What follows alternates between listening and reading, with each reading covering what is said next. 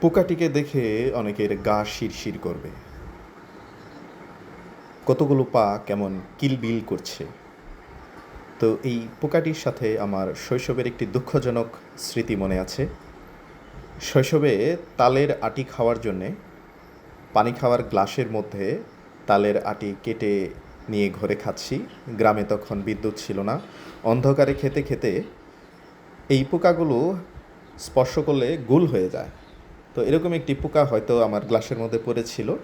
তো আমি তালের আটি ভেবে এরকম একটি পোকা, যেটিকে এদিকে আঞ্চলিক ভাষায় কারা বলা হয়, মুখে নিয়ে তালের আটি মনে করে চিবিয়ে দিই। চিবিয়ে দেওয়ার সাথে সাথে তো আমার মুখ জ্বলে যায়। পরে বাতি জ্বালিয়ে দেখে যে কারা খেয়েছি।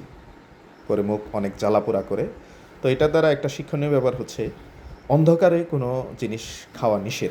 এটা ইসলামে নিষেধ আছে। অন্ধকারে না দেখে না ঢেকে রাখা কোনো খাবার খাওয়া নিষেধ। শৈশবে বুঝতাম না, এখন আলহামদুলিল্লাহ অন্ধকারে কোনো খাবার খাই না।